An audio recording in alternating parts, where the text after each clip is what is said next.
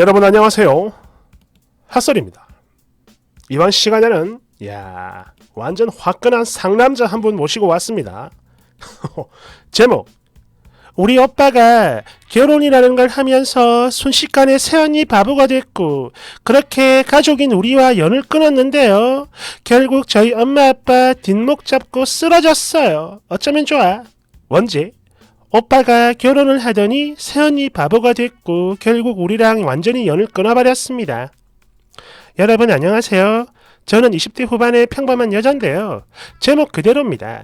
저희 오빠가 예전에 결혼을 했는데 사람이 갑자기 확 달라지면서 완전 새언니 바보? 뭐 그런 게 되나 싶더니 결국 저번에 몇 달 전에 초대형 사고가 터지면서 저희 엄마 아빠는 물론이고 동생인 저까지, 그러니까 우리 모든 가족들과 완전히 의절을 했고요. 그래서 이 일로 저희 아빠도 아빠지만 엄마는 실제로 쓰러졌어요. 극심한 스트레스로 호흡곤란이 왔고 응급실에 실려갔죠. 그렇게 온 집안이 개박살났는데 저는 중간에서 할 수 있는 일이 하나도 없어요. 그래서 조언을 좀 구하고자 이렇게 글 씁니다. 빠른 전달을 위해 음슴체로 쓸게요. 참고로 오빠는 35, 새언니는 34살입니다.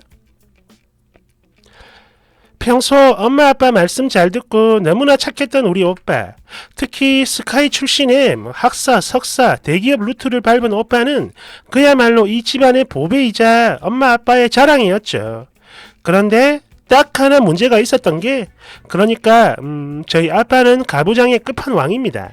그래서 자식들인 저희들에게 늘 하시는 말씀이 여자는 절대로 똑똑하면 안 되고 살림 잘하고 남편 내조 잘하고 며느리 노릇만 잘하면 된다 라고 하셨죠. 물론 이런 아빠의 말씀 여자인 입장에서 좋게 들리진 않았으나 그래도 이게 막 어이없는 그런 내로남불은 아닌 게요. 아빠는 당신 딸내미인 저한테도 그러셨습니다. 꽁꽁이 너도 나중에 결혼을 하면 출가 외인이 되는 거니까 살아도 죽어도 그 집 귀신이 되어야 한다. 그러니까 집에는 안 와도 된다. 라고 하셨죠. 그러니까 저희 아빠가 엄청 가부장적이고 고지식한 사람인 건 맞는데 우리는 되고 너희들은 안 돼! 뭐 이렇게 막대먹은 그런 나쁜 사람은 절대로 아니다라는 걸 말씀드리고 싶은 거예요. 여하튼 그랬던 저희 아빠가 하루는 오빠를 자리에 앉혀놓고 네 나이가 있는데 슬슬 장가를 가야지. 나도 이제 며느리한테 대접 좀 받으면서 손주들 재롱이나 보며 살고 싶다 라고 하시더니 지금 여기저기 좋은 혼처가 많아요.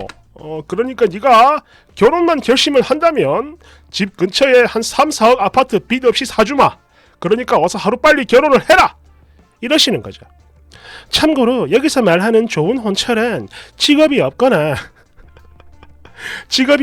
혹은 결혼 후에 바로 전업이 가능한, 그리고 신부 수업을 받은 아가씨들을 지칭하는 겁니다. 아빠가 직접 말씀하신 거예요. 그런 사람이 있는지는 모르겠는데 아무튼 아빠가 그랬어요. 그러자 가만히 듣고 있던 오빠가 대답을 하길 요즘엔 외벌이로 애 키우기 힘듭니다 라고 했는데 아빠가 거기서 딜을 하셨어요. 그래! 그러면 내가 생활비로 매달 100만원씩 주마! 여기서 엄마랑 저는 깜짝 놀랐는데 정작 당사자인 오빠는 아예 꿈쩍을 안 해요. 아니 아버지 그게 뭔 소리입니까? 저는 못생긴 여자랑은 살아도 멍청한 여자하고는 죽어도 못 삽니다! 딱 이러더니 이후 엄마 아빠가 주선한 선자리를 모조리 거절했죠. 저 진짜 지금까지 살면서 오빠가 엄마 아빠 말씀 거역하는 거 이때 처음으로 보는 건데요. 정말 어찌나 단단한지 결국 엄마 아빠가 동시에 뒷목을 잡았죠. 그리고 그로부터 한 1년 정도 지났나? 평소처럼 다 같이 식탁에 앉아 밥을 먹고 있는데 오빠가 대뜸 갑자기 폭탄 발언을 해요. 나 결혼할 여자 있다! 라고 말이죠. 참고로 이건 나중에 알았던 건데 오빠는 이미 예전부터 연애를 하고 있었으나 똑똑한 여자는 절대로 안 된다라는 아빠 때문에 그냥 조용히 참으며 때를 기다렸던 거예요. 여하튼 그래 그게 누구냐? 라는 아빠 말씀에 오빠가 하나하나 설명을 하는데요. 일단 오빠랑 같은 학교 출신에 박사니 어쩌니 졸업을 하고 현재는 대기업에 다닌다 라고 말을 했는데, 여기서 박사라는 말에 아빠는 더 이상 얘기를 듣지도 않고 바로 반대를 하셨죠. 하지만 오빠도 그랬어요. 단 한 발도 물러서지 않았고, 아 그래요? 알았어. 그러면 나는 평생 결혼 안 하고 혼자 살 거야. 이러면서 아까보다 훨씬 더 강력한 폭탄을 날린 겁니다. 사실 이게요, 글로 써서 단순한 거지 실제로는 엄청 살벌했습니다. 오빠도 그랬고 아빠도 그랬고. 하지만 어쩌겠어요. 오빠가 혼자 살겠다는데 결국 아빠는 항복을 했고, 그렇게 두 사람의 결혼도 허락을 했죠. 아 그리고 당시 오빠는 도움을 안 받고 알아서 결혼을 하겠다라고 했었는데, 그런 오빠의 의중과는 상관없이 훗날 상견례 할 때 저희 아빠가 먼저 우리 집 근처에 아파트 빚 없이 매매해줄게 라는 말씀을 하셨고, 그러자 새언니의 아버지도 그래요 좋네, 그러면 우리도 그만큼 낼 테니까 이왕이면 이 아이들 더 좋은 환경에서 살게 해줍시다 라며 광교, 분당, 판교 얘기를 꺼냈어요. 이래서 결국 아빠는 당신의 뜻을 이루지 못했고 오빠네를 우리 집 근처에 살게 하겠다는 거.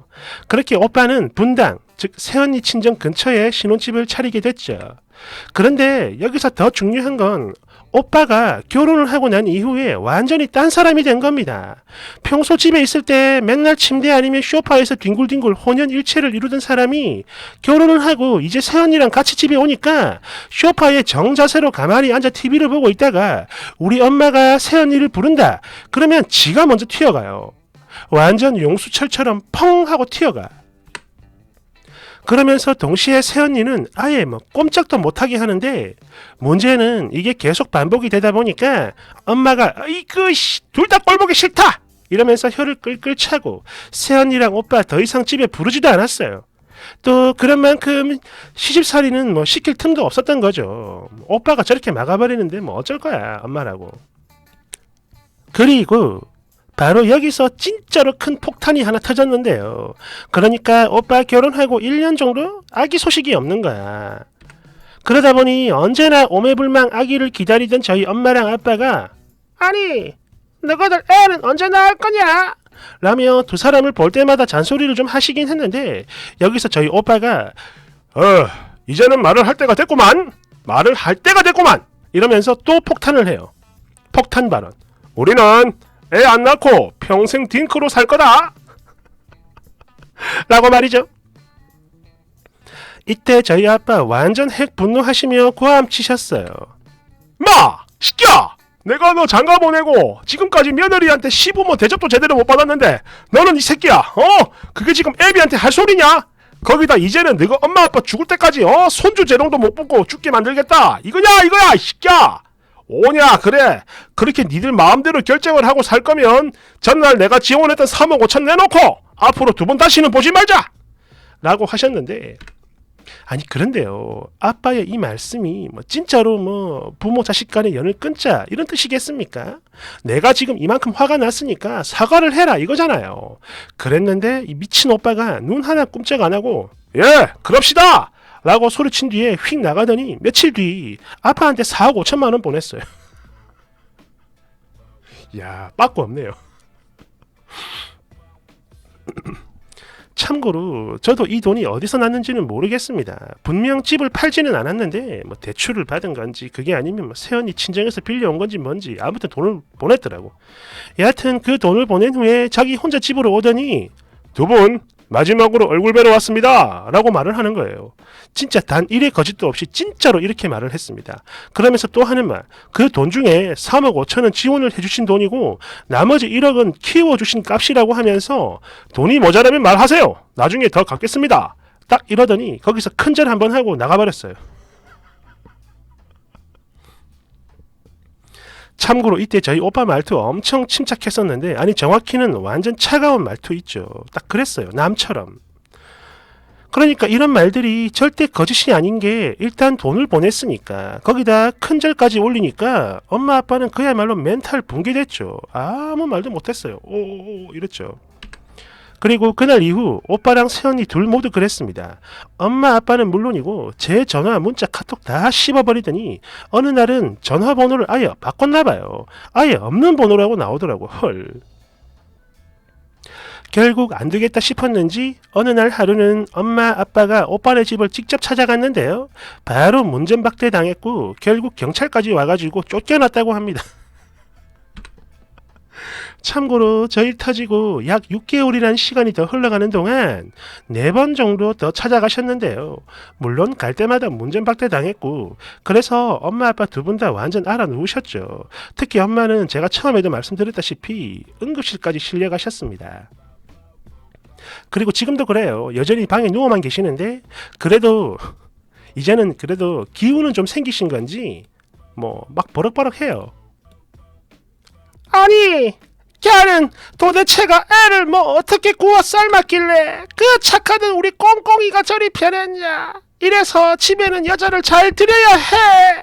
등등 진짜 매일매일을 새언니 욕만 하면서 지내시죠. 물론 아빠도 마찬가지예요. 다만 좀 다른 점은 엄마의 경우 새언니를 많이 욕하는 편이고 아빠는 당신의 아들 즉 오빠를 오빠 욕을 엄청나게 해요. 불효 막심한 놈이라고.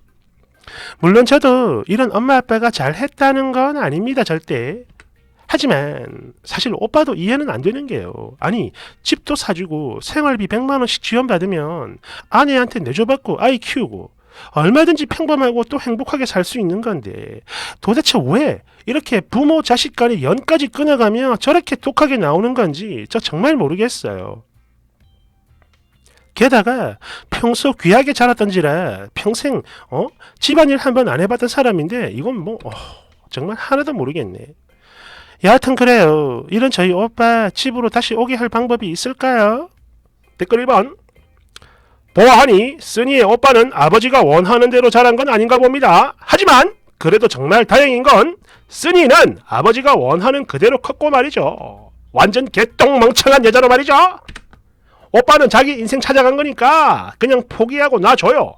그리고 님이라도 아버지의 그 고귀한 뜻을 이어받아가지고 계속 그렇게 시궁창처럼 살아라 이 말입니다. 아시겠죠?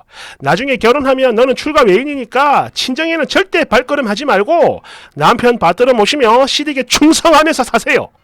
아들도 한 3 정도 낳아가지고 자연분만하고 완모를 하면 시댁에서 점수도 많이 딸 거고 님 아버지도 마찬가지 엄청 흡족해 하실 겁니다. 그게 효도지 뭐. 끌끌끌끌. 2번. 이 아가씨야, 말은 똑바로 해야지. 착한 사람이 결혼한 후에 갑자기 변한 게 아니라 그동안 참고 또 참고 그렇게 시궁창처럼 살다가 드디어 내 편인 진짜 가족이 생기니까 이렇게 한 번에 확 다 터트리는 거잖아. TV에 보면 막 연 끄는 부모 자식들 나와가지고 인터뷰 하잖아요. 그거 봐. 하나같이 다 그래. 똑같아. 아니 진짜 이해가 안 되네. 우리 부모님은 며느리한테 대접을 받겠다라는 부모들을 보면서 욕을 하는데 본인 아들 결혼시키면서 며느리한테 대접을 받겠다. 이딴 거지 같은 생각을 도대체 왜 하는 거야? 아니 그 새언니를 너가 부모가 키웠어? 그리고 뭐 자기 뜻대로 안 되니까 돈을 회수하겠다. 자식들한테 협박을 하네. 꼬롬하다 꼬롬해. 추잡해. 3번. 쓰니네 오빠 진짜 멋있네요.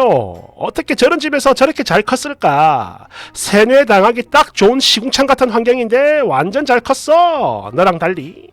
자기 가족 보호할 줄도 알고 말이죠. 거기다 새언니도 마찬가지인 게 남자 보는 눈이 살아있네. 살아있어. 야, 이 두 사람 정말 결혼 잘했다. 4번. 쓰니 아빠는 씨바지 몸종을 원했나 봅니다. 가서 말씀드리세요. 요즘엔 그런 며느리 죽었다 깨어나도 못 구한다고. 대신에 당신의 딸인 쓰니가 그렇게 살겠다고 하세요. 아직도 저런 시부모가 있다는 게 정말 신기합니다. 뭐야. 청학동에서 자랐나? 왜 저래? 야, 이건 뭐 빠꾸 없네요. 야, 상남자네 상남자. 야, 멋집니다. 야, 근데 참 에휴, 말 안 할래. 감사합니다. 아무튼 뭐 두 사람 행복하면 됐죠 뭐. 나 또 건들지 마. 왜 그래?